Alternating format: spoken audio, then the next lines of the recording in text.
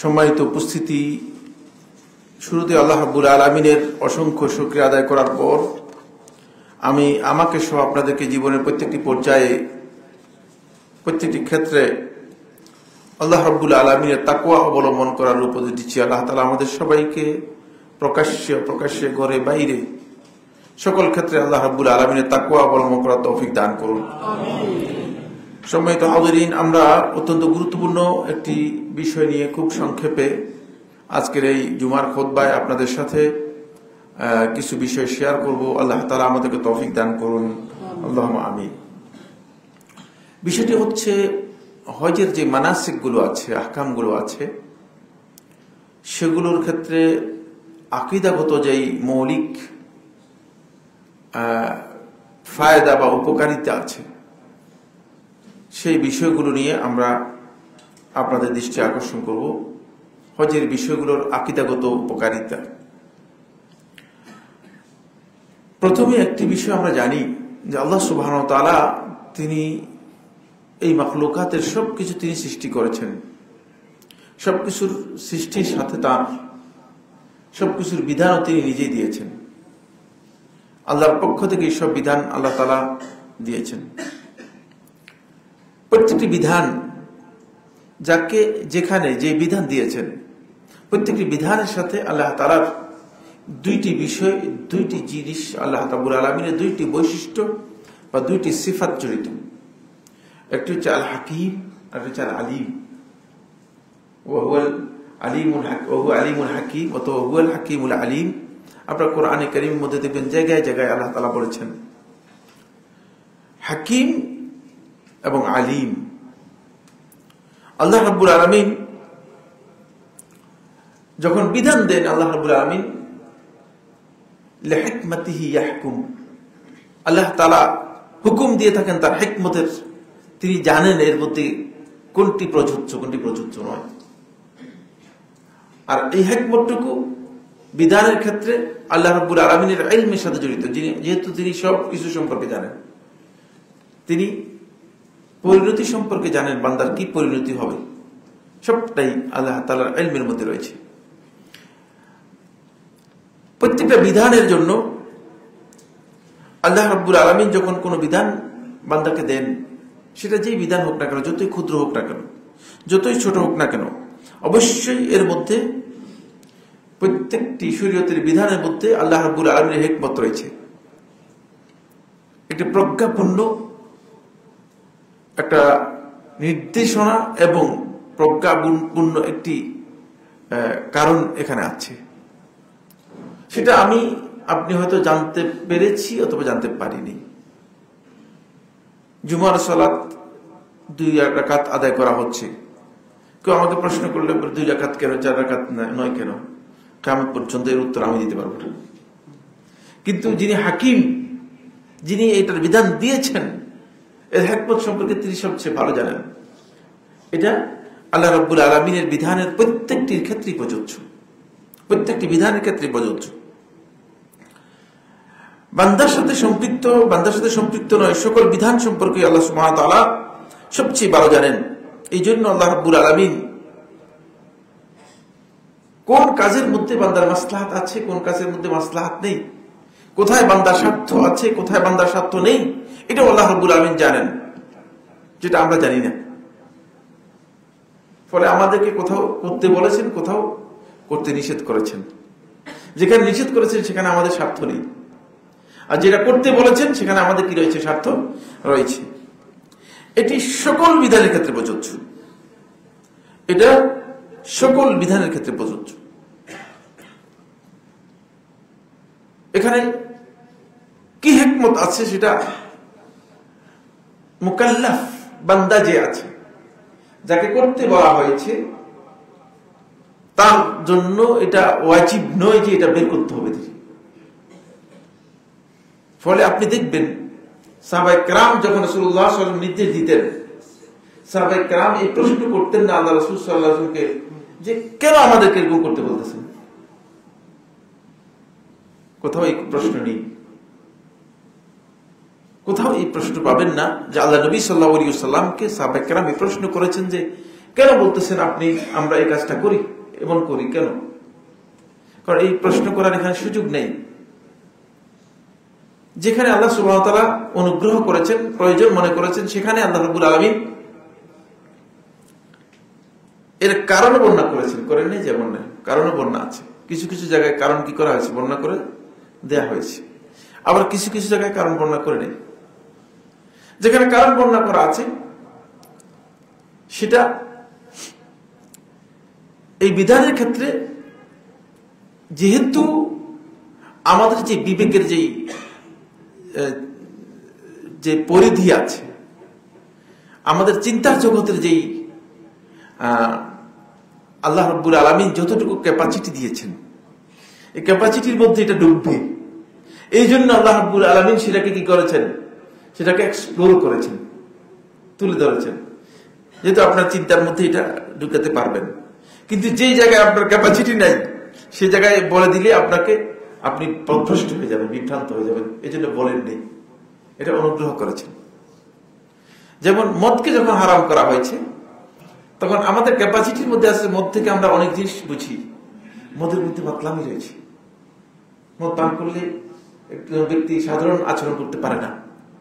এগুলো আমাদের ধারণ ক্ষমতার মধ্যে আছে, আমাদের বিবেচনার মধ্যে আছে। ফলে আল্লাহ সুবহানাহু ওয়া তাআলা এটাকে কি করেছেন, হারাম ঘোষণা করেছেন এবং এর কারণ উল্লেখ করেছেন। জেনা ব্যভিচারকে যখন হারাম করেছেন, তখন এর কারণ উল্লেখ করেছেন, যেগুলো আমাদের আয়ত্তের মধ্যে আছে, এটাকে আয়ত্তের মধ্যে রাখা হয়েছে। কিন্তু আল্লাহ সুবহানাহু ওয়া তাআলা কিছু কিছু বিষয়কে হারাম করে দিয়েছেন, নিষেধ করে দিয়েছেন, কিন্তু সেগুলোর কারণ আল্লাহ রাব্বুল আলামিন কি করেন নাই, এক্সপ্লোর করে দেন নাই, উল্লেখ করে দেন নাই, নির্দেশ দিয়ে দিয়েছেন। যেখানে আল্লাহ সুবহানাহু ওয়া তাআলা নির্দেশ দিয়েছেন কিন্তু কারণ উল্লেখ করেন নাই, বুঝতে হবে যে এখানে কারণ উদ্ঘাটন করা এটি আমাদের জন্য কোনো প্রয়োজন নেই, বরং এটা আমাদের ক্ষতির কারণ হতে পারে, বিভ্রান্তির কারণ হতে পারে। আসুন, তারপরেও আল্লাহর বিধানের ক্ষেত্রে যদি আমরা হিকমত সম্পর্কে জানতে পারি, এর মাহাত্ম্য এবং তাৎপর্য সম্পর্কে আমরা যথার্থ উপলব্ধি করতে পারি, তাহলে কিছু ফায়দা আছে। এক নম্বর ফায়দা হচ্ছে যেটি, সেটা হলো আপনার ঈমান বৃদ্ধি পাবে। আপনি দৃঢ়তার সাথে, ইয়াকিনের সাথে এবং প্রশান্তির সাথে ইবাদত করতে পারবেন। এই জন্য তখন আপনার সেখানে ঈমান কি হবে, বৃদ্ধি পাবে।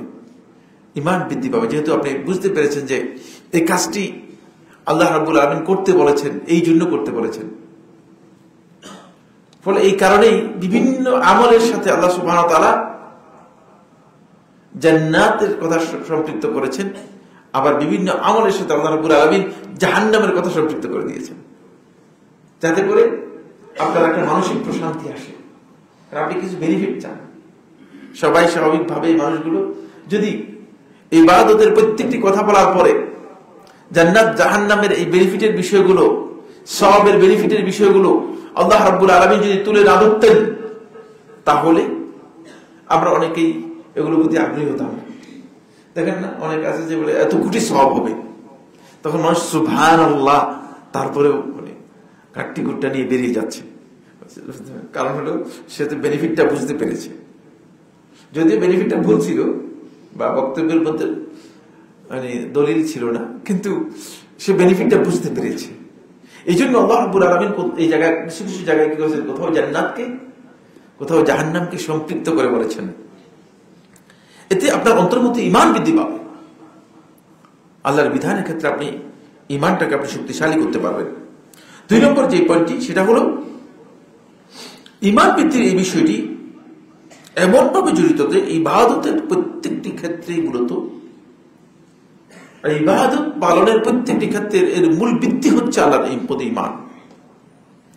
এখন আল্লাহর প্রতি ঈমানের এই ভিত্তি যদি না থাকে, তাহলে সেটা ইবাদত হবে না, শুধুমাত্র লৌকিক আচার অনুষ্ঠান বা পার্বণ হবে। ফলে এই কারণেই যারা আল্লাহর প্রতি ঈমান আনে নাই, তারা যতই ইবাদত করুক না কেন, সেই ইবাদত গুলো কণ্ঠশ্রম, সেগুলো থেকে তারা কোনো ফায়দা কিয়ামতের দিন পাবে না, যদিও ভালো কাজ, যদিও কি ভালো কাজ। এই জন্য অনেকে আমাকে বলতেছেন যে আপনি কি মনে করেন যে এত লক্ষ লক্ষ টাকা খরচ করছে মাদার তেরেসা, সে কি জাহান্নামে চলে যাবে? জাহান্নামে যাওয়ার ব্যাপারটি আমরা মনে করেছি যে ভালো কাজের সাথে সম্পৃক্ত না। ইবাদতের মৌলিক বিষয়টি প্রথম এর ভিত্তি হচ্ছে ঈমানের সাথে জড়িত। ফলে ইবনে আবিল ইস আল হানাফি রাহিমাহুল্লাহ তাআলা তিনি তার কিতাবের মধ্যে উল্লেখ করেন, তিনি বলেন ওয়া'লাম আন্না মাবনাল উবুদিয়্যাতি ওয়াল ঈমান বিল্লাহি ওয়া কুতুবিহি ওয়া রুসুলিহি আলা তাসলিম। ভালো করে জেনে রাখো, গোলামীর মূল ভিত্তি হচ্ছে, নিজেকে আল্লাহ তাআলার বান্দা বানানোর মূল ভিত্তি হচ্ছে, এবং আল্লাহ এবং আল্লাহর কিতাব এবং রাসূলের প্রতি ঈমানের মূল ভিত্তি হচ্ছে আত-তাসলিম। অবশ্যই আপনি প্রথমে আত্মসমর্পণ করবেন বিধানের সামনে, নিজেকে সঁপে দিতে হবে, আত্মসমর্পণ করতে হবে, আত-তাসলিম, সারেন্ডার করতে হবে আল্লাহ তাআলার কাছে। وعدم الأسئلة عن تفاصيل الحكمة في الأوامر والنواهي والشرائع। কোন ধরনের প্রশ্ন উত্থাপন করতে পারবেন না বিস্তারিত আল্লাহর নির্দেশ নিষেধ এবং শরীয়তের যে বিধিবিধানগুলো আছে সেগুলোর ব্যাপারে, যেগুলোর হিকমত কি। নারীদেরকে বলা হয়েছে যে তারা ঢেকে থাকবে, পর্দা করবে। ভাই, আল্লাহ তাআলা এত বড় জালিম কেন? এত গরমের মধ্যে, নাউজুবিল্লাহ, এত গরমের মধ্যে আমাদেরকে কেন এত কষ্ট দিচ্ছে? এই প্রশ্ন করার সুযোগ নেই। উবুদিয়ত এবং ঈমানের, আল্লাহ রাব্বুল আলামিনের গোলাম হওয়া এবং ঈমানের মানে উত্তীর্ণ হওয়ার ভিত্তি হচ্ছে মূলত আপনাকে তাসলিম করতে হবে, আপনাকে অবশ্যই সারেন্ডার করতে হবে, আল্লাহ তাআলার কাছে আত্মসমর্পণ করে যেতে হবে। এটি ইবনে আবিল ইস রাহমাতুল্লাহ আলাইহি বলেছেন। লম্বা আলোচনা, আমি সেদিকে যাচ্ছি না, আমি দ্বিতীয় নম্বর পয়েন্টে চলে যাচ্ছি। দ্বিতীয় নম্বর পয়েন্ট হচ্ছে, যদি কোনো ব্যক্তি আল্লাহ তাআলার হিকমত সম্পর্কে, আল্লাহর নির্দেশ এবং নিষেধের হিকমত সম্পর্কে জানতে পারেন, এই জন্য সালফে সালেহিনগণ অনেক ক্ষেত্রে হিকমত বর্ণনা করেছেন। আমাদেরকে অনেকে প্রশ্ন করেন যে জুমার সালাতের মধ্যে কেরাত হয় জোরে, জোহরের সালাতের মধ্যে কেরাত হয় কি আস্তে। আমার জিজ্ঞেস সাইফুল্লাহ ভাই, জুমার সালাতে জোরে পড়তেছেন আর জোহরের সালাতের মধ্যে আস্তে পড়তেছেন, কারণ কি? কারণ প্রশ্ন করার সুযোগ নেই। উবুদিয়তের ভিত্তি হচ্ছে কিসের উপর? আগেই বলে দিছি, আত্মসমর্পণ করার উপর, মেনে নেওয়ার উপর। আপনাকে অবশ্যই মেনে নিতে হবে আল্লাহর বিধান। এরপরেও যদি আলেমরা তাদের গবেষণার মাধ্যমে, ইজতিহাদের মাধ্যমে কোনো কারণ উল্লেখ করে থাকেন, তাহলে সেটা কেবল ইজতিহাদ, আর কিছুই না। এটা আল্লাহ তাআলা বলে দেন নেই, অথবা রাসূল সাল্লাল্লাহু আলাইহি ওয়াসাল্লাম কি করেন না বলে জাননি, রাসূলুল্লাহ সাল্লাল্লাহু আলাইহি ওয়াসাল্লাম বলে জাননি। এটা খেয়াল রাখতে হবে আপনাকে। আপনি প্রশ্ন করার কোনো সুযোগ নেই, বরং এই ক্ষেত্রে প্রশ্ন করার বিষয়টি, এটাকে আল্লাহ সুবহানাহু ওয়া তাআলা মূর্খতা হিসেবে কোরআন কারীমের মধ্যে আল্লাহ রাব্বুল ট্রিট করেছেন, কোরআন কারীমের মধ্যে মূর্খতা হিসেবে উল্লেখ করেছেন। মুসা আলাইহিস সালাতু ওয়াস সালাম যখন তার কওমের কাছে আসলেন, মুসা আলাইহিস সালাতু ওয়াস সালাম তাদেরকে লক্ষ্য করে বললেন, ইন্নাল্লাহা ইয়া'মুরুকুম আন তাযবাহুল বাকরা। আল্লাহ রাব্বুল আলামিন তোমাদেরকে নির্দেশ দিচ্ছেন আন তাযবাহুল বাকরা, তোমরা একটা গাভী জবাই করো। পরিষ্কার কথা। গাভী তো আর মানে সংজ্ঞা দিয়ে আরো প্রয়োজন নেই, পরিচয় করারও প্রয়োজন নেই, সবটা স্পষ্ট। জবাই করার কথা বলা হচ্ছে, একটা গাভী জবাই করো, খুবই পরিষ্কার কথা। মুসা আলাইহিস সালাতু ওয়াস সালাম খুবই পরিষ্কার ভাষায় বলেছেন যে আল্লাহ তাআলা নির্দেশ দিয়েছেন তোমরা একটা গাভী জবাই করো। কিন্তু তারা মুসা আলাইহিস সালাতু ওয়াস সালামকে মানে মেনে না নিয়ে, আত্মসমর্পণ না করে আল্লাহর বিধানের সাথে তারা অনেকটা উপহাস করে বলতেছে, আতাত্তাখিজুনা হুজুয়া, মুসা তুমি কি আমাদের সাথে ঠাট্টা করতেছো? আমরা তোমাকে বললাম কি আর তুমি বলতেছো কি? আমরা বললাম যে আমাদের লোক মারা গিয়েছে, আমাদের একজন লোক মারা গিয়েছে, তার পরিচয় আমরা জানি না, তার পরিচয়টা বের করে দাও। আর তুমি বলতেছো আমাদেরকে গাভী জবাই করার জন্য। তখন আল্লাহ সুবহানাহু ওয়া তাআলা মুসা আলাইহিস সালাতু ওয়াস সালামের যে ভাষাটুকু দিয়েছিলেন সেটা হচ্ছে আউযু বিল্লাহি আন আকুনা মিনাল জাহিলিন। এই তোমরা জাহিল, মূর্খ, আল্লাহর বিধানের সামনে এই ধরনের বক্তব্য দেওয়ার কোনো সুযোগ নেই। তোমরা বুঝতে পারবে তোমরা জাহিল। তোমাদেরকে যেটা করতে বলা হয়েছে সেটাই করবে, করলে বুঝতে পারবে যে তোমরা যেটা চেয়েছো সেটা পাচ্ছ কিনা। এই জন্য শেষ পর্যন্ত তারা পেয়েছে, কিন্তু পানি ঘোলা করে তারপরে খেয়েছে। বুঝতে পেরেছে কিনা? কারণ বলি ইসরায়েল হচ্ছে এই পৃথিবীর সবচেয়ে বিশ্বাসঘাতক এবং গাদ্দার একটি জাতি। আল্লাহর ইতিহাসে সবচেয়ে বেশি যারা আল্লাহ রাব্বুল আলামিনের নাফরমানি করেছে তারা হচ্ছে বনি ইসরাইল, যাদের উপর আল্লাহ তাআলা অনেক বেশি আযাব অবতীর্ণ করেছেন। ফলে শেষ পর্যন্ত এই গাদ্দার যারা ছিল তারা ওই গাবি জমা করেছে, কিন্তু পানি ঘোলাটে করে মূসার সাথে অনেক ঝামেলা করে। আপনারা যারা সূরা বাকারা পড়েছেন পড়লে পেয়ে যাবেন বিস্তারিত। আমার বক্তব্য এখানে ওই জায়গায়, সেটা হচ্ছে এই অবশ্যই আপনার ঈমান এবং উবুদিয়তের ভিত্তি হচ্ছে, বেসমেন্ট হচ্ছে আপনি আত্মসমর্পণ করে মেনে নিতে হবে। আমরা যখন কোনো মাসআলার ব্যাপারে কোনো ব্যক্তিকে বলি যে মানে হুকুম দেই, তিনি অনেকটা তার মুখটুক ভিন্ন রকম হয়ে যায়, বলে একটু বুঝাই দেন মানে তিনি আসলে চাচ্ছেন যে মানে তার মন মতো হয় নাই, মানে এটা আল্লাহর বিধান হিসেবে তার কাছে মানে মনে হচ্ছে না। বুঝতে পেরেছেন? কি বুঝাই দিব আমি? বুঝাই দেন এই কথার অর্থ হচ্ছে আপনি আল্লাহর বিধানের কাছে নিজেকে, নিজের অন্তরকে আল্লাহর বিধানের কাছে অবনত করতে পারেন নাই, সারেন্ডার করতে পারেন নাই। আপনি হয়তো মনে করেছেন যে মানে আপনি মানে কি বুঝাতে চাচ্ছেন, না, বুঝানোর এখানে কিছুই নেই। দ্বিতীয় নম্বর যে পয়েন্টটি নিয়ে কথা বলছিলাম সেটা হলো এই হিকমত গুলো যদি আমরা জানতে পারি, সামনে আলোচনা হবে হিকমত গুলো, আলোচনা করবো হজের মানাসিকের হিকমত গুলো নিয়ে। বুঝতে পেরেছেন কিনা? আগেগুলো যদি জানতে পারি এই বিষয়ে কি কি ফায়দা রয়েছে, কয়েকটা বলবো, সবটা বলবো না, অনেক দীর্ঘ এটার এই আলোচনারও দীর্ঘ আলোচনা, এই বিষয়টাই দীর্ঘ আলোচনা, এটা ভিন্ন খুতবার আলোচ্য বিষয়, কিন্তু এটার কিছু অংশ বলে আমি মূল আলোচনা যাব।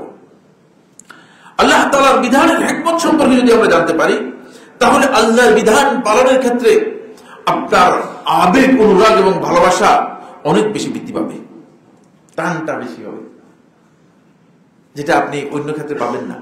এই জন্য হিকমত যখন জানবেন তখন আপনার কাছে মানে মনে হবে যেন এটা আমার করা দরকার, খুব অন্তরের মাইল, টানটা, অনুরাগটা আপনার অনেক বেশি বৃদ্ধি পাবে।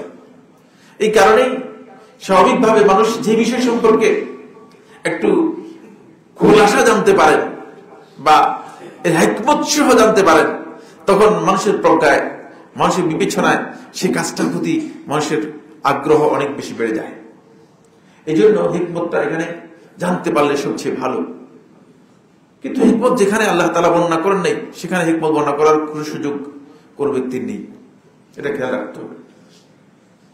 3 নম্বর যে পয়েন্টটি সেটা হলো আপনি যদি আল্লাহর বিধানের হিকমত সম্পর্কে জানেন, অথবা আল্লাহ তাআলা যেখানে জানিয়ে দিয়েছেন সেটা যদি আপনার কাছে স্পষ্ট হয়, তাহলে আল্লাহর বিধান এর ক্ষেত্রে আপনি কোন ধরনের ঠাট্টা বিদ্রুপ, উপহাস, কোন ধরনের আপত্তি করার সামর্থ্য থাকবে না, করবেন না, যদি ইমানদার করবেন না। মুনাফিক তো করতেই পারে, মুনাফিকদের কাজই হচ্ছে মূলত আল্লাহর বিধান এর ব্যাপারে আপত্তি করবে। মুনাফিক ব্যক্তি আল্লাহর বিধানের ব্যাপারে আপত্তি করবেই। তাদেরকে যখন বলা হয়েছে যে তোমরা ফকির মিসকিন যারা আছে তাদেরকে দান করো, তখন তারা বলেছে যে আল্লাহ তারা খাওয়াইতে পারেন না, এদেরকে আল্লাহ তো খাওয়াইতে পারেন, আল্লাহ তারা আমাদেরকে বলতেছেন কেন খাওয়ানোর জন্য? যখন তাদেরকে বলা হচ্ছে তোমরা কেন শিরক করতেছ, তোমাদের বাপ-দাদারাও শিরক করেছে, তোমরাও কেন শিরক করতেছ, তখন তারা বলছে লাউ শাআ আল্লাহু মা আশরাকনা, আল্লাহ চাইলে আমরা শিরক করতাম না, আল্লাহ তাআলা চান নাই। দেখছেন কত ভয়ঙ্কর বক্তব্য, এগুলো কোরআনের মধ্যে আছে সব, একেবারে ভয়ঙ্কর কথা। তার কারণ হচ্ছে আল্লাহর বিধানের ব্যাপারে আপত্তি উত্থাপন করা, আল্লাহর বিধানের ব্যাপারে ঠাট্টা উপহাস করা, এটি তখনই সম্ভব হবে যখন আপনি আল্লাহর বিধানের হিকমত সম্পর্কে একেবারেই জ্ঞান রাখবেন না, একেবারেই জ্ঞান রাখবেন না। আর যখন এই বিষয়টি আপনার কাছে স্পষ্ট হয়ে যাবে, তখন আপনার কাছে দিবালোকের মতো আল্লাহর বিধানের ব্যাপারে আপত্তি করাটা আপনি মনে করবেন যে আমি এই কাজ করার মোটেও অধিকার রাখি না, করবেন না। এবার আসুন যে পয়েন্টটি নিয়ে কথা বলবো সেটা আরো গুরুত্বপূর্ণ। 1 নম্বর পয়েন্ট হচ্ছে হজ ইসলামের অন্যতম গুরুত্বপূর্ণ একটি রক্ষণ, পঞ্চম রক্ষণ। এটা আমরা সবাই জানি, ইসলামের অত্যন্ত গুরুত্বপূর্ণ পঞ্চম রক্ষণ হচ্ছে কি? হজ। হজের ইবাদত সালাত, সিয়াম, যাকাত সহ মৌলিক যে ইবাদত গুলোর স্ট্রাকচার আছে, ইবাদত গুলোর যে বৈশিষ্ট্য এবং সিফাত রয়েছে সেগুলো থেকে সম্পূর্ণ আলাদা, সম্পূর্ণ কি ভিন্ন। প্রথমেই আপনার শুরু হচ্ছে আপনার কাপড় চোপড় খুলে আপনি আগেই নিজেই নিজের পরিচয় কাপড় চোপড় খুলে আপনি 2টি সাদা কাপড় পরে আপনি একটু ভিন্ন আকার ধারণ করেছেন। এখন সবার প্রশ্ন, আমরা আল্লাহর ঘরে যাচ্ছি, তো আল্লাহর ঘরে যেতে হলে আমাদের কি কারণে মানে এমন করব? আমরা তো আল্লাহর ঘরে যেতে স্বাভাবিকভাবেই যেতে পারি। আল্লাহর ঘরের জন্য যাচ্ছি, এখানে তো আরো ভালো পোশাক টোশাক করে যাওয়ার কথা। আর যুক্তিতে এটাই বলে, খুশুসিনাতাকুম ইনদা কুল্লি মসজিদ, তোমরা যখন সালাতের জন্য মসজিদে যাবে তোমরা সুন্দর পোশাক পরে যাবে। তো পোশাক টোশাক খুলে গিয়ে আপনি যাচ্ছেন আল্লাহর ঘরের জন্য। সেকেন্ড প্রশ্ন আসতেছে, তাও ভয়ঙ্কর প্রশ্ন। বলছে দেখেন, আমরা একটা মূর্তির পূজা করতেছি, আপনারা একটা ঘরের পূজা করতেছি। নাউজুবিল্লাহ। ঘরের চতুর্দিকে করতেছেন কি? আর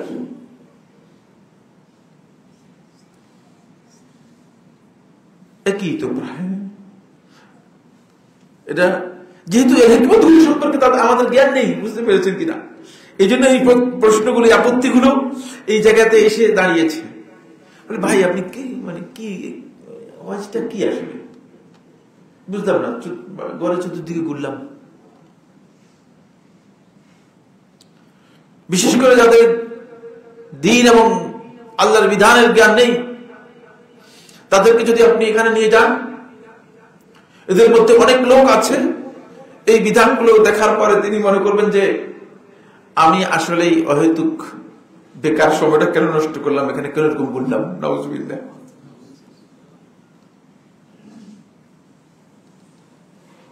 থার্ড যে প্রশ্নগুলো আসবে বা আসে সেটা হলো এই 2টি পাহাড়, পাহাড় 2টি থাকতে পারে, 10টিও থাকতে পারে, অসুবিধা কি? সাফা এবং মারওয়া, এই পাহাড় 2টি একবারে পাহাড়ের পাহাড়ে একবারে পাহাড়ে একবারে পাহাড়ে, মানে কি? তো কোরআনের নির্দেশ, আল্লাহর নির্দেশ। এখন আপনি চিন্তা করতেছেন কি রে, কেন আমার এই নির্দেশ দিল, আমার দরকার কি?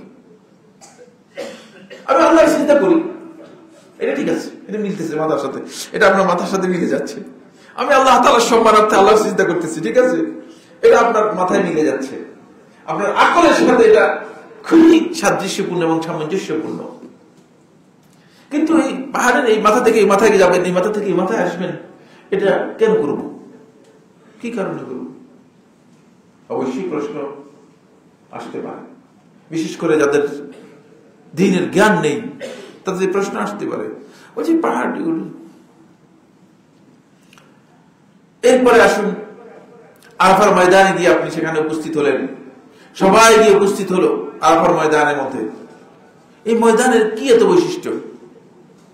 সারা জীবনই খালি, পুরো বছরের মধ্যে 359 দিনে খালি, শুধুমাত্র একদিনই কি মানুষ যায়, শুধুমাত্র জিলহজ মাসের 9 তারিখে মানুষ যায়, আর পুরা বছরটাই খালি। তো পুরো বছর খালি, পুরো বছরে গেলে যদি এমন হতো যে ইবাদত পবিত্র জায়গা, তাহলে পুরো বছর আমরা যেতাম, কিন্তু শুধুমাত্র একদিন যাচ্ছি, পুরো বছরই খালি। প্রশ্ন, আজকে এ ধরনের প্রশ্ন অনেক বিশেষ করে নির্বোধ যারা রয়েছে, যারা আল্লাহর বিধানকে নিজেদের আকল দিয়ে ওজন করার জন্য চেষ্টা করে থাকে, আল্লাহর বিধানের হিকমতের বিষয়গুলো যেখানে প্রশ্ন করার সুযোগ নেই সেখানে প্রশ্ন করার যারা চিন্তা করে থাকে, এই ধরনের ব্যক্তিদের বেশিরভাগ প্রশ্ন হচ্ছে এই জায়গায়। অনেকগুলো কথা রয়েছে, আমি আর সেদিকে গেলে আমার সময়, বাকি অংশটুকু আমি নিতে পারবো না, এই জন্য সামনের দিকে আমি চলে যাচ্ছি। বন্ধুগণ, আল্লাহ সুবহানাহু ওয়া তাআলা কোরআন কারীমের সূরা হজ্জের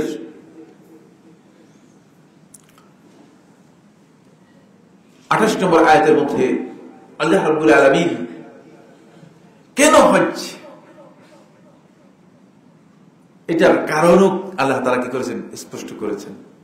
হয়তো আমরা বুঝতে পারি নাই, এই জন্য আমাদের কাছে সেটি এখনো কি হয় নাই, স্পষ্ট হয় নাই। ওয়াজ্জিন ফিন নাস বিল হজ্জ ইয়াতুকা রিজালান ওয়া আলা কুল্লি দামির ইয়াতিনা মিন কুল্লি ফাজ্জিন আমিক লিয়াশহাদু মানাফি'a লাহুম ওয়া লিয়াযকুরু ইসমাল্লাহি ফি আইয়ামিন মা'লুমাত। আল্লাহ রাব্বুল আলামিন বলছেন যে কেন, এই কারণ, এই যে মানুষদেরকে আল্লাহ রাব্বুল আলামিন ডাকলেন হজের জন্য, আল্লাহর ঘরের কাছে আসার জন্য, এর হিকমত কি, কেন ডেকেছেন? লিয়াশহাদু মানাফি'a লাহুম, তাদের জন্য আমি যে কল্যাণ বরাদ্দ করেছি, তাদের জন্য যে উপকার আমি নিশ্চিত করেছি, সেগুলো যেন তারা এখানে এসে প্রত্যক্ষ করতে পারে, দেখতে পারে। ওয়া লিয়াযকুরু ইসমাল্লাহি ফি আইয়ামিন মা'লুমাত, এবং সুবিদিত সুনির্ধারিত দিনগুলোতে আল্লাহ রাব্বুল আলামিনের জিকির যেন তারা যথাযথভাবে করতে পারে, এই জন্য তাদেরকে আলাদা করে নিয়ে আসছি। সব জায়গায় তো সব কাজ হয় না, এই জন্য আল্লাহ রাব্বুল আলামিন প্রথমে আপনাকে আল্লাহ রাব্বুল আলামিনের শাআইরগুলো দেখাবেন, নিদর্শনগুলো দেখাবেন। এই নিদর্শনগুলোতে যখন যাবেন, তখন এই নিদর্শনগুলো আপনি আল্লাহ রাব্বুল আলামিনের জিকির কিভাবে করতে হয় সেটাকে আপনি আপনার আমলের মাধ্যমে বাস্তবায়ন করবেন। ফলে আল্লাহর বিধান সম্পর্কে অতিরিক্ত প্রশ্ন উত্থাপন করা, বেহুদা প্রশ্ন করা, এটি মুসলিম উম্মার সালাফদের মানহাজের পরিপন্থী। এটি ইহুদিদের করা হয়েছে। ইহুদিদেরকে আল্লাহ রাব্বুল আলামিন ইনজিলের মধ্যে নিষেধ করেছেন, ইয়া বনি ইসরাঈল লা তাকুলু লিমা আমারা রাব্বুনা, হে ইসরায়েলের বংশধররা, তোমরা এই কথা প্রশ্ন করো না যে আল্লাহ তাআলা কেন আমাদেরকে করতে বলেছেন, ওয়ালাকিন কুলু, তোমরা এই কথা বলো যে বিমা আমারা রাব্বুনা, আল্লাহ তাআলা কি করতে বলেছেন। ঈমানদার ব্যক্তিদের প্রশ্ন এখানেই হবে, ঈমানদার ব্যক্তিদের অবস্থান এখানেই হবে যে আল্লাহ সুবহানাহু ওয়া তাআলা আমাদেরকে কি করতে বলেছেন, কেন আল্লাহ রাব্বুল আলামিন করতে বলেছেন, তার চেয়ে কি করতে বলেছেন সেটা আমাদের প্রশ্ন, সেটাই হবে আমাদের প্রশ্ন, যদি সত্যিকার আমরা ঈমানের উপর অবিচল থাকতে পারি। আসুন, এক নম্বর হচ্ছে এই হিকমত এবং মানাসিকুল হজ্জের প্রথম যে বিষয়টি সেটা হলো আল্লাহ রাব্বুল আলামিনের বিধানকে আপনি পরিপূর্ণরূপে আত্মসমর্পণ করে মেনে নিতে পারলেন কিনা, এটা আপনার প্রথম পরীক্ষা। প্রথম আপনার কাছে এর মৌলিক দাবি হচ্ছে এটি। ফলে এই কারণেই আপনাকে বলা হচ্ছে আল্লাহর ঘরের সম্মান দেখাতে হলে আপনাকে একটি নির্দিষ্ট স্পটের আগ থেকেই বান্দা হয়ে আল্লাহর ঘরে আসতে হবে। কোনো বান্দা হয়ে আসতে হবে, বুঝতে পেরেছি কিনা? এমনি আসতে পারবেন না। তো বান্দা হবেন কিভাবে? বান্দার সবচেয়ে বড় অহংকারের জায়গা হচ্ছে একটি, সেটা আত্মপরিচয়। যেমন আমার যদি এরকম কাপড় চোপড় দেখে দূর থেকে মানুষ মনে করেছে ডক্টর সাইফুল্লাহ ভাই, কিন্তু যদি আমি এই কাপড় চোপড় খুলে দুইটা সাদা কাপড় পরিয়ে এখান দিকে আপনাদের সামনে দিকে ঘুরে যাই, কেউ চিনবেন না। পরিচয় প্রথম নিজের আত্মপরিচয়, আত্মদাম্ভিক্য, আত্ম অহংকারকে কি করতে হবে? শেষ করে দিতে হবে আল্লাহর ঘরে মর্যাদা দেওয়ার জন্য। আল্লাহ রাব্বুল আলামিনের বিধানের সামনে নিজেকে পরিপূর্ণরূপে আত্মসমর্পণ করে যেতে হবে। এটা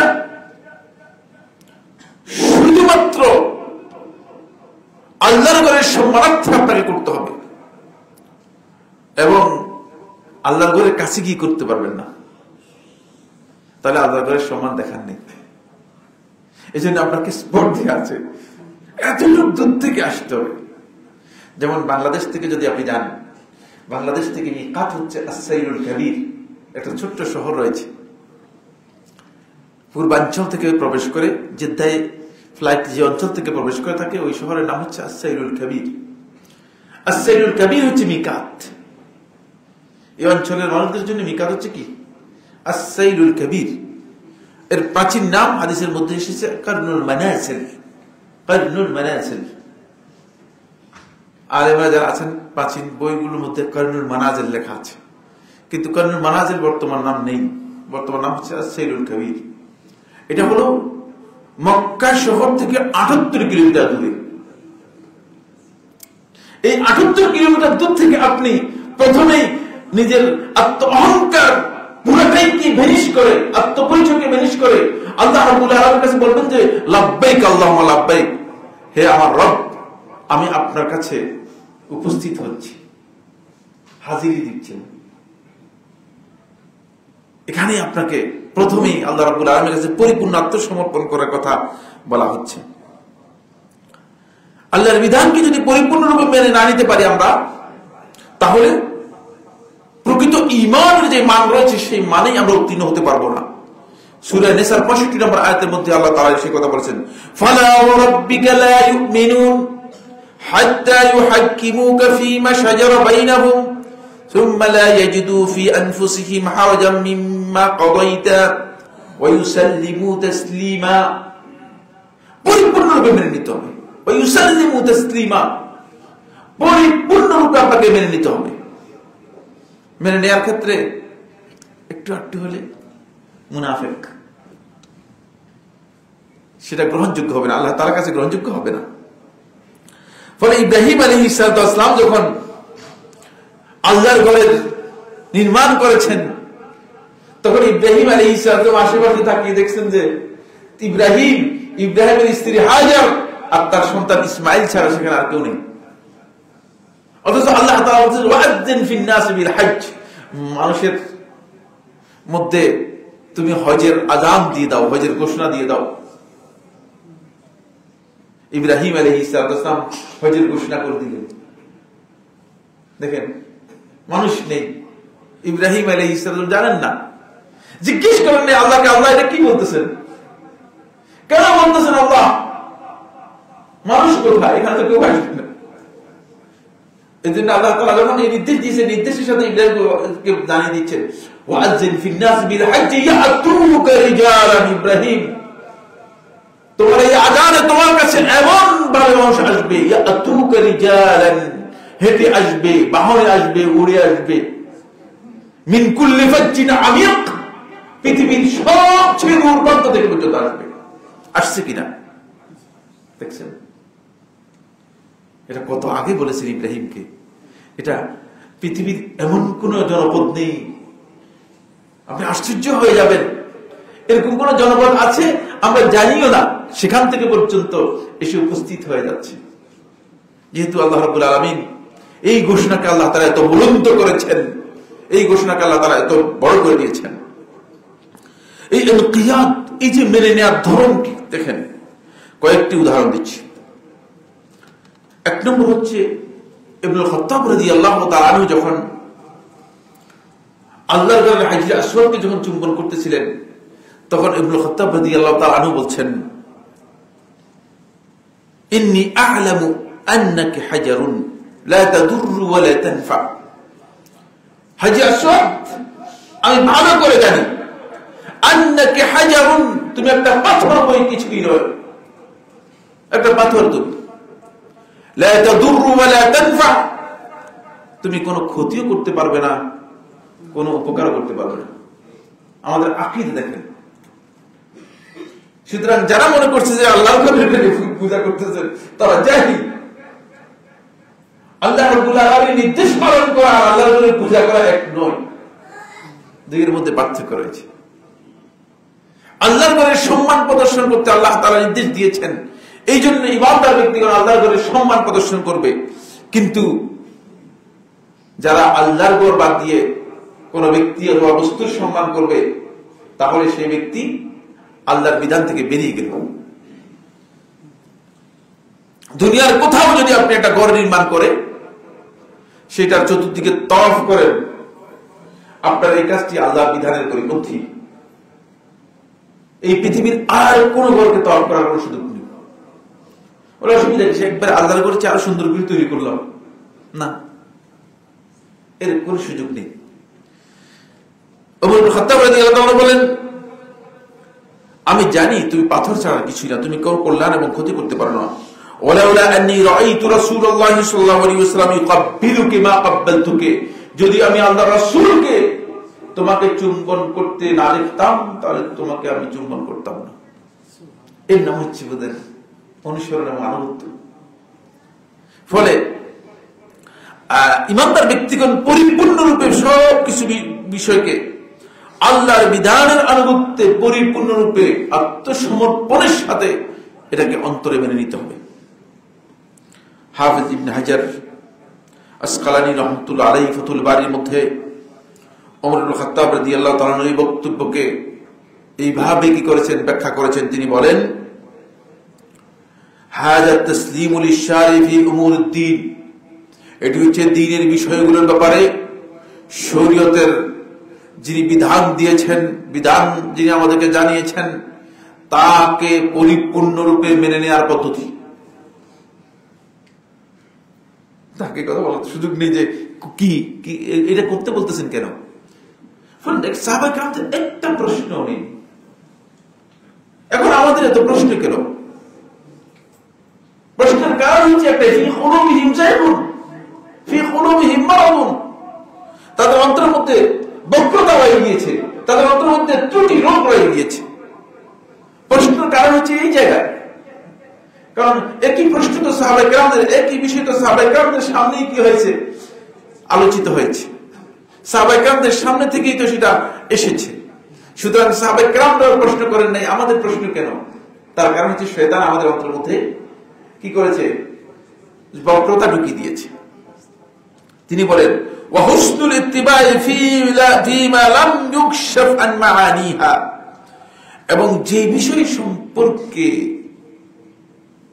সুস্পষ্টভাবে তাৎপর্য বা অন্তর্নিহিত অর্থ এবং ভাব বুঝা যায়নি, সেই বিষয় সম্পর্কে প্রশ্ন না করে হুবহু সেভাবে অনুসরণ করা ইবনুল খাত্তাবের এই বক্তব্য থেকে সুস্পষ্ট বোঝা যাচ্ছে। এটি ইবনে হাজারের তালিক করতেছেন, এর মধ্যে টিকা দিচ্ছেন, নোট দিচ্ছেন। ওয়া হুয়া কাইদাতুন আযীমাতুন ফি ইত্তিবা'i নবী সাল্লাল্লাহু আলাইহি ওয়াসাল্লাম, এটি নবী সাল্লাল্লাহু আলাইহি ওয়াসাল্লামের অনুসরণের ক্ষেত্রে একটি মহান মূলনীতি, ইসলামের অনেক বড় মূলনীতি। ফীমা ইয়াফআলুহু ওয়ালাউ লাম ইয়া'লামিল হিকমাতু ফীহি, যে কাজটি রাসূলুল্লাহ সাল্লাল্লাহু আলাইহি ওয়াসাল্লাম করেছেন, ওয়ালাউ লাম ইউ'লামিল হিকমাতু ফীহি, যদিও এর মধ্যে হিকমত কি সেটা জানা যায়নি। হিকমত জানা তো আপনি জানতে পারলে ভালো, কিন্তু না জানলেও কোনো অসুবিধা নেই। ফলে অবশ্যই আমাদের খেয়াল রাখতে হবে যে বিষয়ে আমাদের হিকমত জানা নেই সে বিষয়ে এর বাহিরে যাওয়ার সুযোগ নেই। 2 নম্বর যে পয়েন্টটি। দ্বিতীয় পয়েন্ট হলো, বন্ধুগণ, হজের প্রত্যেকটি বিধানের সাথে আল্লাহ সুবহানাহু ওয়া তাআলার তাওহীদের বাস্তবায়ন, আত-তাতবীক আল-আমালি লিতাওহীদিল্লাহি আযজা ওয়া জাল, আল্লাহ রাব্বুল আলামিনের তাওহীদের বাস্তবায়ন, বাস্তব স্বীকৃতি রয়েছে। যখন আপনি লাব্বাইক শব্দ বললেন, তখন আপনি এই ঘোষণা দিচ্ছেন যে আল্লাহ, আমি উপস্থিত হচ্ছি, আপনি যে ডাকে আমাকে ডাকছেন। ফলে ইবনে হিব্বান তার সহিহে বর্ণনা করেন, দাহুমুল্লাহ, আল্লাহ রাব্বুল আলামিন তাদেরকে ডেকেছেন। ডাকটা কার পক্ষ থেকে? আল্লাহর পক্ষ থেকে। দাহুমুল্লাহ ফাআজাবুহু, তারা আল্লাহ রাব্বুল আলামিনের ডাকে সাড়া দিয়েছে। ফাসাআলুহু, এবং এরপরে আল্লাহ তাআলার কাছে তারা চাইবে। আল্লাহ রাব্বুল আলামিন ফাউতু, তাদেরকে আল্লাহ রাব্বুল আলামিন যা চাইবেন সেটা আল্লাহ তাআলা তাদেরকে দিবেন। দেখছেন, কারণ যেহেতু আল্লাহর ডাকে আপনি গিয়েছেন, আল্লাহর ডাকে যাওয়ার কারণে আল্লাহ রাব্বুল আলামিনের কাছে চাইবেন, যখন আল্লাহ রাব্বুল আলামিন আপনাকে সেটা অবশ্যই দেবেন। এর শুরু হচ্ছে মূলত তাওহীদ দিয়ে। ফলে জাবির ইবনে আব্দুল্লাহ রাদিয়াল্লাহু তাআলা সহিহ মুসলিমের রাওয়ায়াতের মধ্যে উল্লেখ করেছেন, সুম্মা আহাল্লা রাসূলুল্লাহ সাল্লাল্লাহু আলাইহি ওয়াসাল্লাম বিতাওহীদ, রাসূলুল্লাহ সাল্লাল্লাহু আলাইহি ওয়াসাল্লাম এরপরে তাওহীদের মাধ্যমে ইহরামের ঘোষণা করেছেন, লাব্বাইক আল্লাহুম্মা লাব্বাইক লা শারীকা লাক লাব্বাইক। দেখছেন, আল্লাহ রাব্বুল আলামিনের তাওহীদের ঘোষণা দিতে হবে যে আপনি দুনিয়ার যত তাগুত রয়েছে, দুনিয়ার যত মানুষের তৈরি করা মন করা মাবুদ রয়েছে, সমস্ত মাবুদকে আপনি পরিপূর্ণরূপে অস্বীকার করে তারপরে আল্লাহ রাব্বুল আলামিনের কাছে উপস্থিত হচ্ছেন। এদেরকে অস্বীকার করতে হবে। এই জন্য আপনাকে আপনার কাছ থেকে স্বীকৃতি দিচ্ছে, উপস্থিতির আগেই আপনার কাছ থেকে স্বীকৃতি নিচ্ছে আপনি কি আসলে ঠিক হয়ে আসছেন কিনা। কারণ আপনি মসজিদে আসেন, মসজিদ থেকে গিয়ে দোকানে গিয়ে মানুষদেরকে প্রতারণা করতেছেন, মাপে কম দিচ্ছেন, বস্তুর মধ্যে ভেজাল দিচ্ছেন, তারপরে অনেক আছে মসজিদে সিজদা দিয়ে গিয়ে কবরে গিয়ে কবরওয়ালার কাছে বিভিন্ন ধরনের ফয়েজ চাচ্ছেন। একদল আছে কবর থেকে সরাসরি সাহায্য চায়, তারা কবর থেকে, দরবার থেকে, দরগা থেকে খালি হাতে ফিরে না, অনেক কিছু পেয়ে।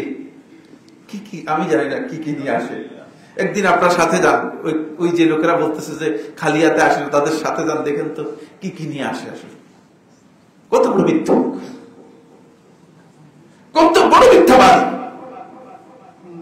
খালি হাতে তো ফিরে আসছেই, বড় নিজের পকেটের টাকাও দিয়ে আসছে, মিথ্যুক। আবার আরেক দল আছে কবরের মধ্যে যায়, মনে করে কবরওয়ালা থেকে তারা ফয়েজ নিয়ে আসতেছে, বরকত নিয়ে আসতেছে। জাহিল মুশরিক, আল্লাহর ঘরে এখানে আসবে, এরকম লোক প্রচুর আছে।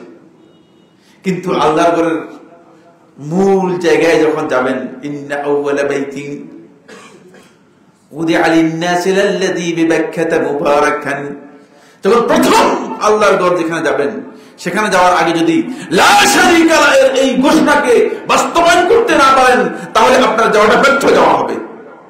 আপনি বলবেন লাব্বাইক আল্লাহুম্মা লাব্বাইক, আর ফেরেশতারা বলবে লা লাব্বাইক লাকা ওয়া লা লাব্বাইক, তোমার লাব্বাইক, তোমার হাজিরির কোনো দাম নেই। ব্যর্থ, আপনার কাজটাই পুরো ব্যর্থ হয়ে গেছে। এই জন্য আপনাকে প্রথমে তাওহীদের বিষয়ে আপনাকে নিশ্চিত করা হচ্ছে যে আপনি তাওহীদ আপনার ঠিক আছে কিনা। অনেক লম্বা আলোচনার মধ্যে আরেকটি পয়েন্ট আলোচনা করি, সেটি হলো 3 নম্বর পয়েন্ট হচ্ছে আল্লাহ সুবহানাহু ওয়া তাআলা এই পৃথিবীর মধ্যে আল্লাহ রাব্বুল আলামিন কিছু জায়গাকে আল্লাহ তাআলা নিদর্শন হিসেবে আল্লাহ রাব্বুল আলামিন এগুলোকে স্থাপিত করে দিয়েছেন। এই নিদর্শনগুলো যখনই আপনি যাবেন, তখনই আপনার অন্তর এগুলোর মর্যাদা, এগুলোর সম্মান আপনার অন্তরের মধ্যে আসবে।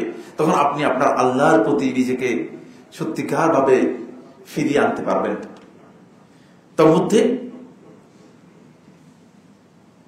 এই নিদর্শনগুলোর বেশিরভাগই আল্লাহ রাব্বুল আলামিন মক্কা নগরীতে আল্লাহ সুবহানাহু ওয়া তাআলা এগুলোকে রেখেছেন। তার মধ্যে পৃথিবীর সর্বপ্রথম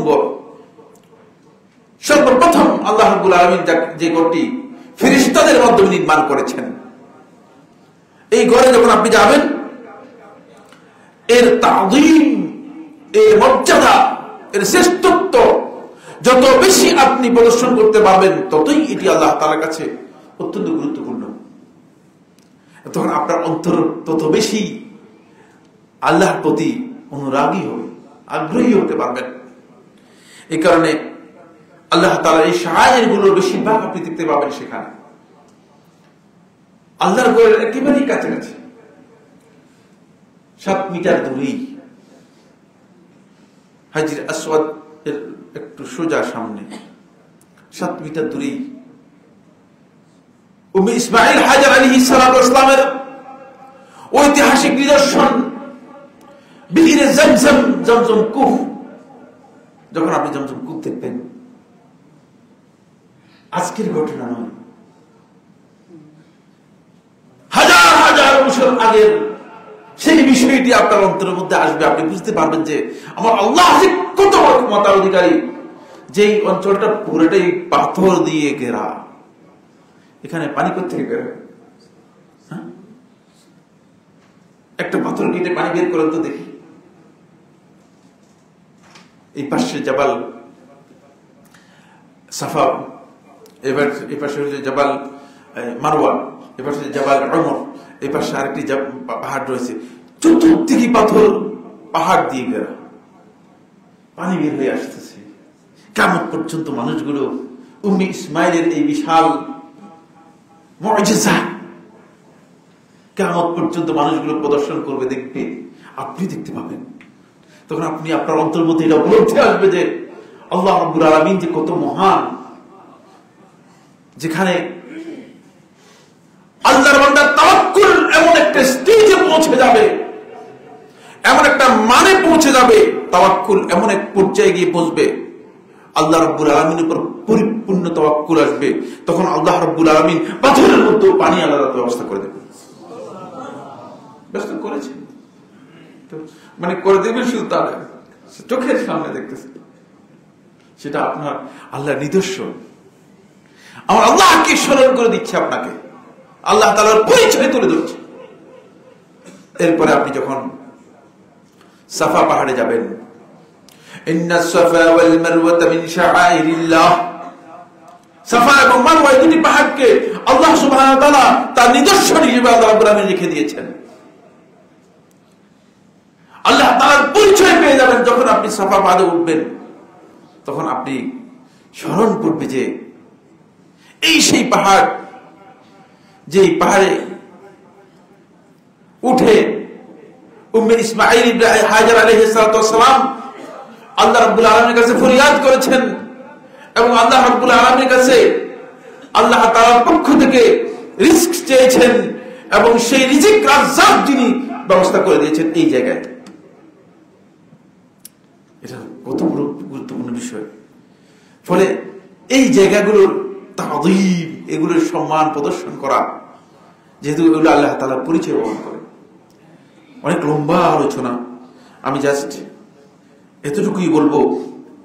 শেখুল ইসলাম ইবনে কাইয়িম রাহমাতুল্লাহ আলাইহি এই দুটি আয়াতের ব্যাখ্যার মধ্যে এবার বলেছেন, সূরা হজ্জের 30 নম্বর আয়াতের মধ্যে আল্লাহ তাআলা এগুলোর কথা বলেছেন।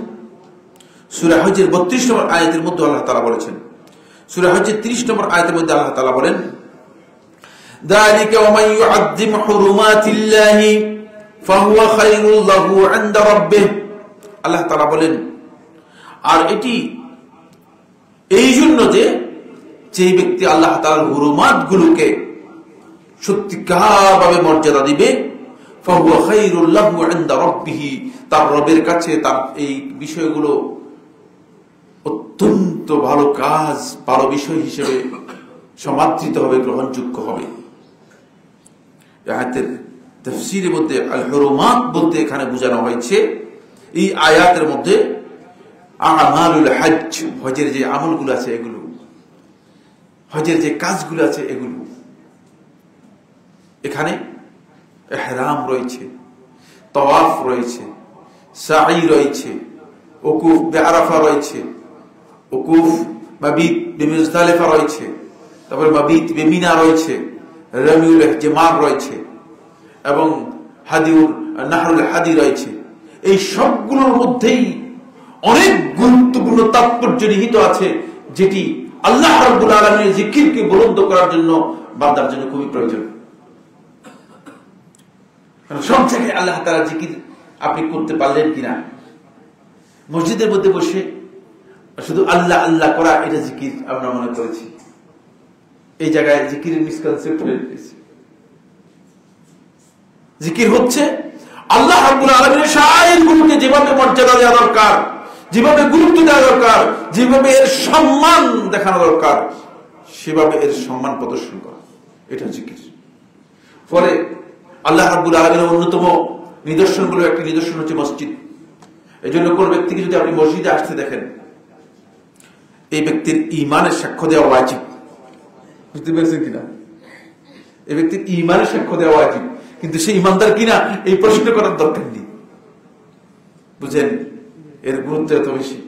এই জন্য পৃথিবীর যত জায়গা আছে সবগুলো জায়গার মধ্যে এই মসজিদগুলো আল্লাহ তাআলার কাছে সবচেয়ে বেশি প্রিয়।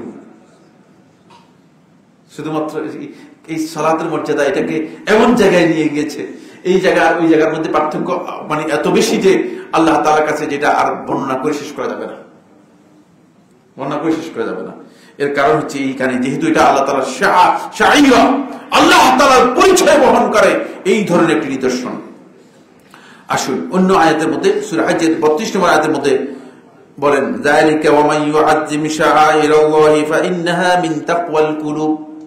যদি আল্লাহ তাআলার এই শাআইরগুলোকে আপনি যথাযথভাবে মর্যাদা দিতে পারেন, যথাযথভাবে সম্মান প্রদর্শন করতে পারেন, তাহলে আপনার অন্তরের মধ্যে আপনি তাকওয়া ইনস্টল করতে পারবেন। তাকওয়াটা ইনস্টল করার পদ্ধতি যেটি, এই জন্য আল্লাহ তাআলা বলেছেন যালিকা মিন তাকওয়াল কুলুব, তাহলে আপনার অন্তরের মধ্যে আপনি তাকওয়া নিয়ে আসতে পারবেন। ফলে শাইখুল ইসলাম ইবনুল কাইয়্যিম রাহমাতুল্লাহ আলাইহি বলেন, ওয়া রূহুল ইবাদাতি হুয়াল ইজলাল ওয়াল মাহাব্বাতু, ইবাদতের রূহ প্রাণ হচ্ছে আল ইজলাল ওয়াল মাহাব্বাতু, ইজলাল হচ্ছে সম্মান প্রদর্শন করা এবং ভালোবাসা। পরিপূর্ণ ভালোবাসার মাধ্যমে সম্পূর্ণ সম্মান যদি কোন সত্তাকে করতে হয়, তিনি হচ্ছেন আমার একমাত্র আল্লাহ, আর কেউ না।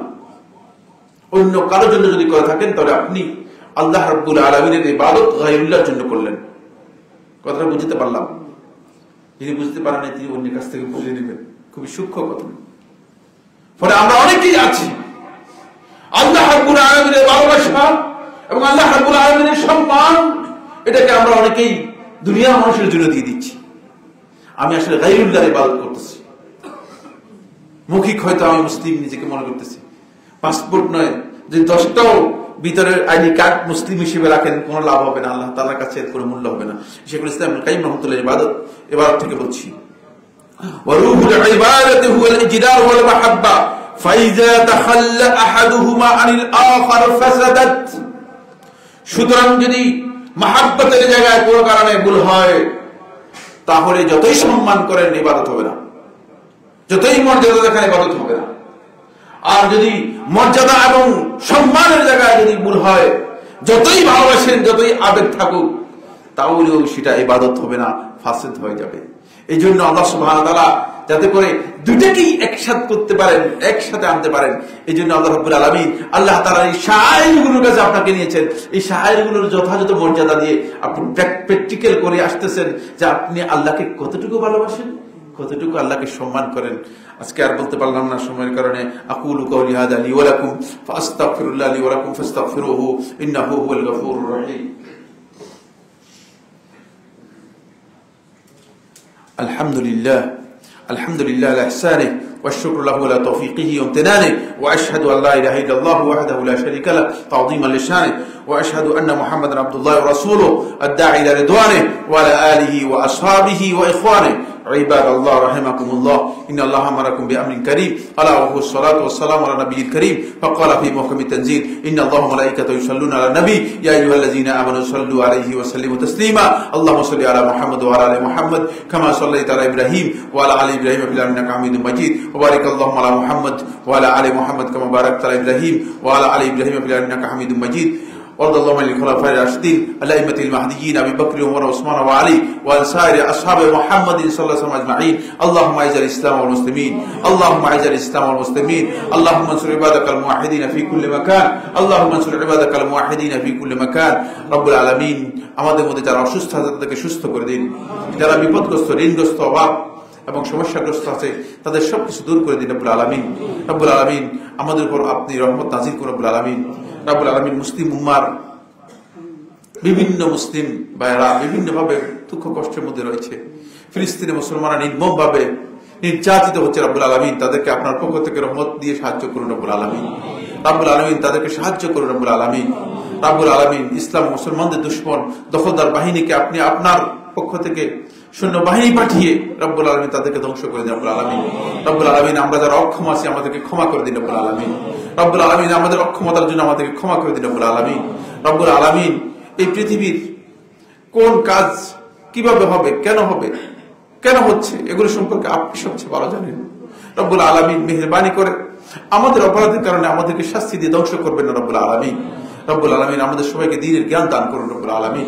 রব্বুল আলামিন আমাদেরকে দ্বীনের উপর ইস্তেকামত দান করুন রব্বুল আলামিন। ইবাদাল্লাহ রাহিমাকুমুল্লাহ, ইন্নাল্লাহা ইয়া'মুরু বিল আদলি ওয়াল ইহসান ওয়া ইতা'জিল কুরবা ওয়া ইয়ানহা আনিল ফাহশাই ওয়াল মুনকার ওয়াল বাগই ইয়া'iদুকুম লা'আল্লাকুম তাযাক্কারুন ফাযকুরুল্লাহাল আযীম আল জালিল ইয়াযকুরুকুম ওয়াশকুরুহু আলা আলাইহি ওয়া নি'আমিহি ইয়াজিদকুম ওয়া লাযিকরুল্লাহি আকবার ওয়াল্লাহু ইয়া'লামু মা তাসনাউন।